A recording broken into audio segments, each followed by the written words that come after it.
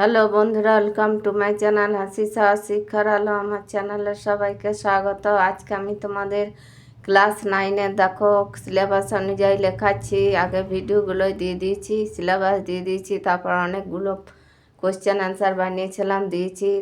পরপর দেখে যে আজকে হবে আকাশে 7টি তারা, জীবনানন্দ দাশের লেখা, নবম শ্রেণী। কামরাঙা লাল মেঘ যেন মৃত মনিয়ার মতো। কামরাঙা লাল মেঘ বলতে কি বোঝানো হয়েছে? মৃত মনিয়াকে আলোচ্য পদে কবি যে চিত্রকল্প সৃষ্টি করেছেন তার উল্লেখ করো।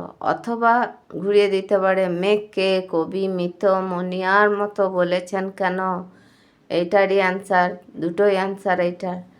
কামরাঙা অ্যান্সার দেখো, কামরাঙা লাল মেঘ অম্ল স্বাদে ফল বিশেষ।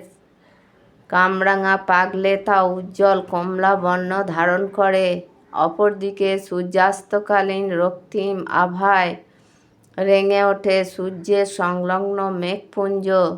কবি পাকা অম্ল স্বাদ বিশেষ কমলা রঙের লাল ফল কবিতায় কামরাঙা লাল মেঘ কথাটি বলেছেন। মৃত মনিয়ার পরিচয়।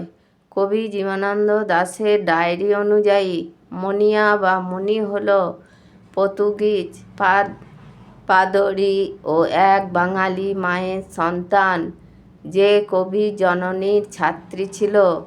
স্বভাবপ্রবণ, হুজুগে আকর্ষণীয়, একটি বন্য ধরনের এই মনিয়া গবেষক গৌতম মিত্রের মতে কবি জীবনের প্রথম ভালোবাসা। এই মনিয়া গঙ্গাসাগরে ডুবে মারা গিয়েছিল। কবি চিত্রকল্প রচনা।